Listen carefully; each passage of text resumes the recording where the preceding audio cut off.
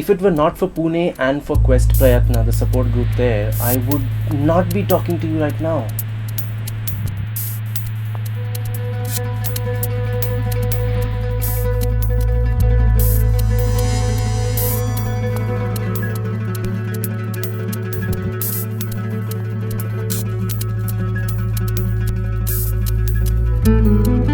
माझं नाव आदित्य जोशी.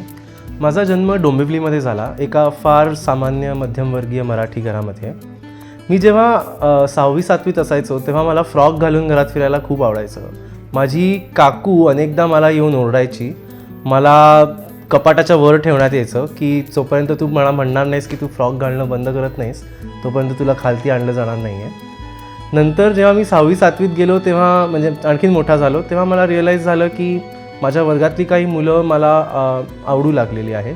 म्हणजे ज्याप्रमाणे मुलांना नॅचरली मुलींबद्दल अट्रॅक्शन वाटायचं त्याचप्रमाणे मलाही मुलांबद्दल अट्रॅक्शन वाटू लागलं होतं. It was a difficult time, कारण मग असं असायचं की मला वाटायचं, आय मीन ॲक्टिवली मी दररोज रात्री शुभंकरोती संध्याकाळी शुभंकरोती म्हटल्यावरती देवाला प्रे करायचो की आय विश मी उद्या सकाळी उठीन आणि मी मुलगी झालो असेल आणि सगळ्यांना विसर पडला असेल की मी कधी मुलगा होतो आणि then things will be good.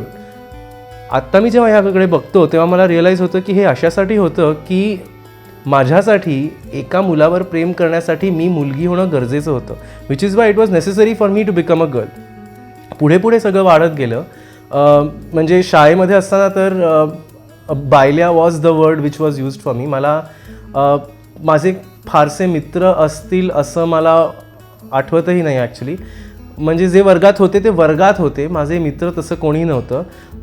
PT सुद्धा आय वॉज व्हेरी वीक. म्हणजे फिजिकल ट्रेनिंगमध्ये मला साधं धावता यायचं नाही. आणि धावता अशासाठी यायचं नाही की मला वाटायचं की जेव्हा मी धावीन तेव्हा लोकांना माझं बायलेपणा फार प्रॉमिनंटली जाणवेल आणि ते लोक माझ्यावरती हसतील.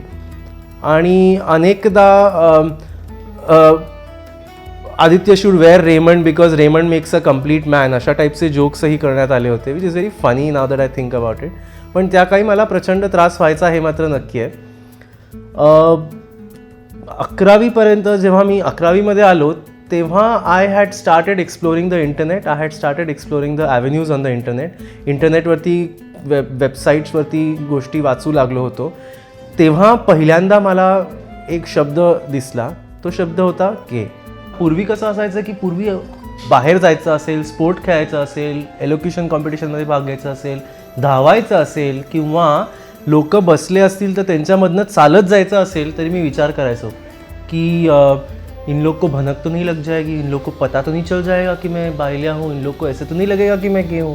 त्यामुळे ती भीती माझ्या मनात एवढं घर करून गेली होती की माझे सगळे सोशल इंटरॅक्शन्स त्याच्याने इम्पॅक्ट झाले होते. की माझी शाळेतली मुलं म्हणत होती की अरे आदित्य तो गे जसा बिहेव करताय, बोलूया नको. सोसायटीमधले लोक काही अंशी बघत असत वगैरे, मग बोलूया नको. स्कूल बसमध्ये जाताना नको बोलायला नको. स्पोर्ट्समध्ये धावताना नको लोक काय म्हणतील, हा बघा कसा धावतो. त्यामुळे ती भीती फक्त त्या एका गोष्टीपुरती मर्यादित न राहता माझ्या सगळ्या सोशल इंटरॅक्शन्सना त्यांनी अफेक्ट केलं होतं. इनफॅक्ट माझ्या 12वीमध्ये, म्हणजे शाळेत असताना मला तसे चांगले मार्क मिळायचे, पण 12वीत असताना 12th स्टँडर्डमध्ये असताना मला इतके वाईट मार्क मिळाले की मला चांगल्या इंजिनिअरिंग कॉलेजमध्ये ॲडमिशन मिळणंही कठीण झालं. आणि त्याची गोष्ट ही होती की मला फोकस नव्हता.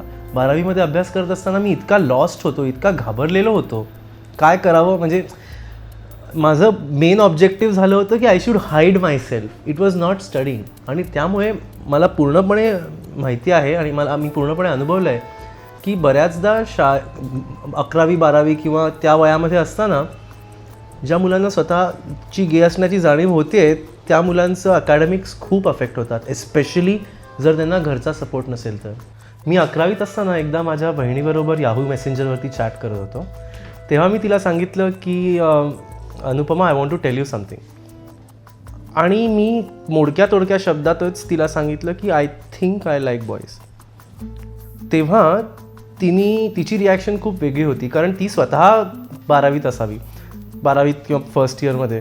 त्यामुळे तिचं म्हणणं होतं की नाही, असं काही नसतंच, ही सगळी फेजच आहे, you imagine a girl, just imagine how your hands would feel वगैरे. आणि त्यानंतर मी तिच्याशी हे बोलण्याचा विषय टाळला.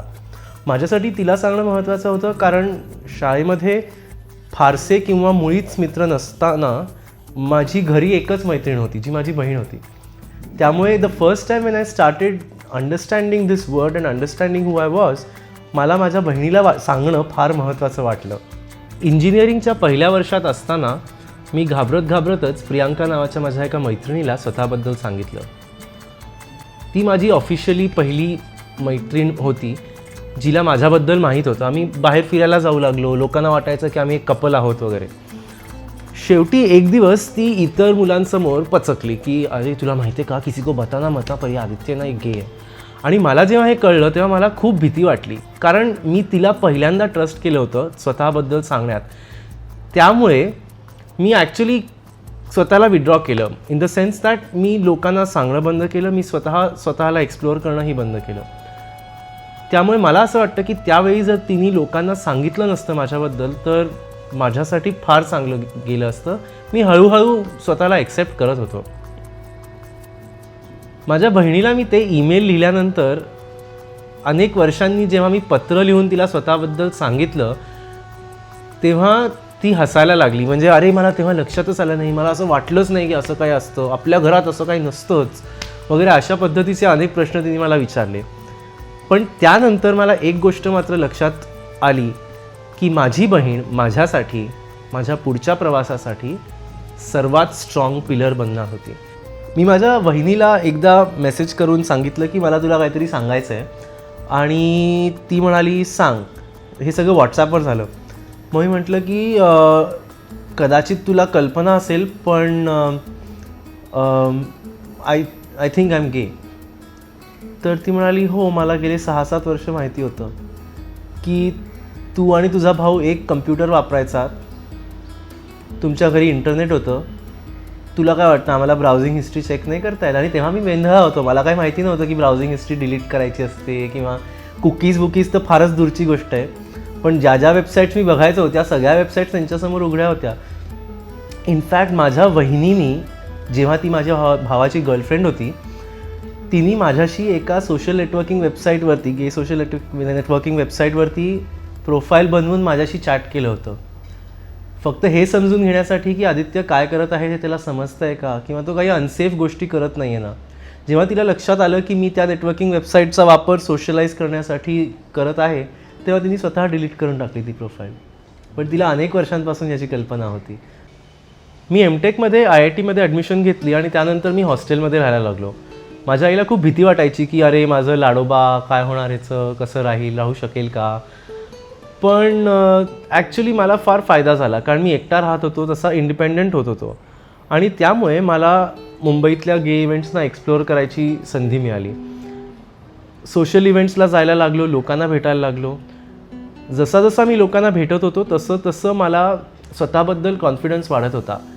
कारण मुळात कसं आहे ना की आपल्याला लहानपणापासनं ही जाणीव होत जाते की आपण एकटे आहोत, आपल्यासारखं कदाचित कोणीच नाही, किंवा आपण ॲबनॉर्मल आहोत. जेव्हा आपल्याला लक्षात येतं की आपण ॲबनॉर्मल नसून आपण फक्त अनकॉमन आहोत, तेव्हा स्वतःचा बघायचा दृष्टिकोन फार बदलतो. त्यामुळे मग हळूहळू जसं मी लोकांना इव्हेंट्सना भेटत होतो तसं इतर माझ्या कॉलेजमधल्या मित्रमैत्रिणींनाही सांगत जात होतो. अनेक मूर्खासारखे प्रश्न, म्हणजे मूर्खासारखं म्हणू नये पण फनी प्रश्न यायचे की तो क्या मेरे को देख के भी तेरा खड़ा होता है क्या, किंवा do you wank off by looking in the mirror वगैरे. पण हे सगळे फनी प्रश्न होते आणि हे सगळे प्रश्न अज्ञानात नव्हते. Nobody has spoken to them, त्यामुळे त्यांना माहीत नाही आहेत या गोष्टी. माझ्यासाठी सर्वात महत्त्वाचा क्षण माझ्या आयुष्यातला आत्तापर्यंत, आणि मोस्टली ह्याच्या पुढेही, तो होता जेव्हा मी माझ्या आईवडिलांना स्वतःबद्दल सांगितलं. दिस इज द फर्स्ट टाईम मी त्या प्रसंगाचं वर्णन करणार आहे. आणि मी माझ्या आईवडिलांचा अनादर मुळीच करू इच्छित नाही, पण जसं घडलं तसंच्या तसं मी सांगू इच्छितो. माझी भाऊ आणि माझी वहिनी यांनी मला खूप प्रोत्साहन दिलं की Aditya, it is high time, तू आईवडिलांना सांगितलं पाहिजेस. मी ॲक्च्युली तेव्हा पुण्यामध्ये जॉब करत होतो, त्यामुळे तसा मी इंडिपेंडंट होतो. तर एक दिवस आम्ही आंबे खात होतो जेवण झाल्यावरती, आणि आंबे खाता खाता माझ्या वहिनीने माझ्याकडे पाहिलं आणि मला खूण करून सांगितलं की सांग. मी म्हटलं की सोड, जाऊ दे, आपण आज जाऊया. मग ती म्हणाली की हे बघ आदित्य, तू जर आता सांगणार नसेल तर मी सांगीन, आणि मग मी काय सांगीन, कशा शब्दात सांगीन, मला जमेल की नाही हे मला माहीत नाही. मग मी म्हटलं की ठीक आहे, हो जाने दो. मग मी ॲक्च्युली एक कथा लिहिली होती बिंदू माधव खिरेंच्या पुस्तकासाठी. ती कथा मी त्यांना वाचून दाखवली. त्यांना काहीही सांगितलं नव्हतं आणि कथेच्या शेवटी सांगितलं की ही माझी गोष्ट आहे. माझ्या मते जगामधली सर्वात ब्रेव गोष्ट म्हणजे तुम्ही आकाशातनं काही लोक उडी वगैरे मारतात, त्याच्यापेक्षाही जास्त ब्रेव आपल्या आईवडिलांच्या डोळ्यात डोळे घालून, आपल्या वडिलांच्या डोळ्यात डोळे घालून त्यांना सांगणं की मी गे आहे. कारण या गोष्टीचे खूप जास्त कॉनोटेशन्स आहेत, खूप जास्त संलग्न विचार आहेत की तुम्ही गे आहात तर तुम्ही फक्त गे नाही आहात. कदाचित तुम्ही अर्धपुरुष आहात, कदाचित तुम्ही वीक आहात, कदाचित तुमच्यामध्ये काहीतरी फिजिकल डिफेक्ट आहे वगैरे, असे खूप साऱ्या मिसकन्सेप्शन्स असल्याने त्याचं खूप जास्त ॲडेड कॉम्प्लिकेशन होतं. मी जेव्हा माझ्या बाबांना सांगितलं तेव्हा माझ्या बाबांनी म्हटलं नाही ते सगळं ठीक आहे, पण कोणाला सांगू नकोस, तू लग्न नको करूस, पण कोणाला सांगू नकोस, गप्प बस. मग मी माझ्या आईकडे पाहिलं. माझी आई म्हणाली आय एम स्पीचलेस. मग मी म्हटलं काहीतरी म्हण. नाही नाही, I am speechless, I am speechless. माझी आई माझ्याशी 15-20 दिवस ऑलमोस्ट या विषयावर बोललीच नाही, कारण तिच्यासाठी तिने ह्या खुणा ऑलरेडी पाहिल्या होत्या. तिच्यासाठी ते फक्त एक रेव्हेलेशन होतं, पण तिच्यासाठी हेही होतं, तिच्या मनात हाही विचार होता की कदाचित मला ह्यांनी आधी सांगितलं असतं तर मी काही करू शकले असते. मला असं वाटतं की मी जर माझ्या आईला आधी सांगितलं असतं तर ती नक्कीच काहीतरी करू शकली असती. म्हणजे मला जो स्वतःबद्दल त्रास झाला तो कमी नक्की करू शकली असती. मला वाटतं की there is nothing that could have been done to change that I am gay. पण जर मी माझ्या आईवडिलांना आधी सांगितलं असतं तर मला स्वतःला ॲक्सेप्ट करायची प्रक्रिया फार सोपी झाली असती. तसं मी ॲक्च्युली पाहतो की आजकाल 19-20 वर्षाची मुलंसुद्धा आपल्या आईवडिलांना सांगतात वगैरे, जी खूप छान गोष्ट आहे आणि बऱ्याच केसेसमध्ये आईवडील ॲक्सेप्ट करतात.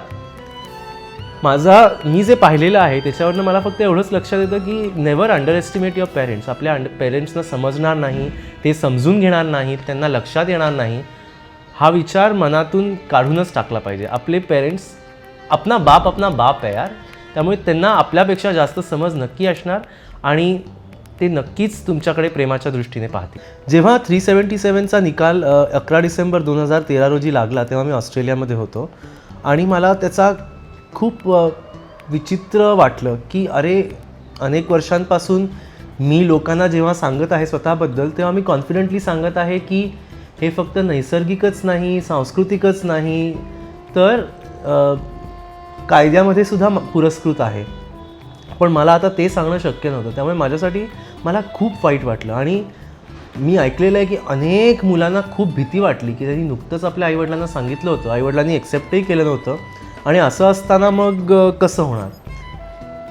तेव्हा मी आदित्य शंकरचा एक हिंदीमधला व्हिडिओ पाहिला, कोलाहल नावाचा, आणि तेव्हा माझ्या लक्षात आलं की I think it is necessary की आपण सोशल चेंज हळूहळू का होईना पण व्हायलाच हवा. आणि तेव्हा मी एक मराठीमध्ये व्हिडिओ बनवला. मराठीमध्ये मी व्हिडिओ बनवून कॅमेराशी संवाद साधत आहे आणि त्यांना या सगळ्या संकल्पनांबद्दल सांगत आहे, असा तो व्हिडिओ होता. संदेश म्हणजे तोच संदेश देईन जो मी साथी कनेक्टच्या प्रोमोमध्ये दिला होता की आपल्या मागे जेव्हा कुत्रे लागतात तेव्हा त्या कुत्र्यांपासून पळून जायचं नसतं, तर पाठमोरं वळून त्या कुत्र्यांचा सामना करायचा असतो. त्याचप्रमाणे तुम्हाला आत्ता भीती वाटत असेल स्वतःची, लोकांना कळलं तर काय होईल ह्याची, पण आपल्या भीतीचा सामना करा. आपल्या भीतीचा जेव्हा तुम्ही सामना कराल तेव्हाच तुमची स्वप्न पूर्ण होऊ शकतात. कारण जर तुम्ही पळत राहाल तर तुमच्या मागे तुमची भीतीरूपी कुत्रे पळतच राहतील. त्यामुळे it is important to face your fears.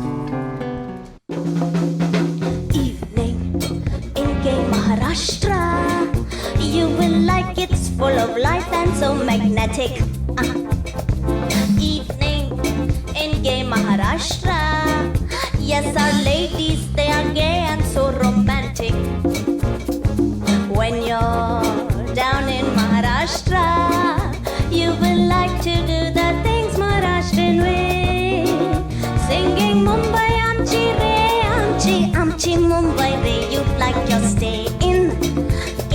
Maharashtra.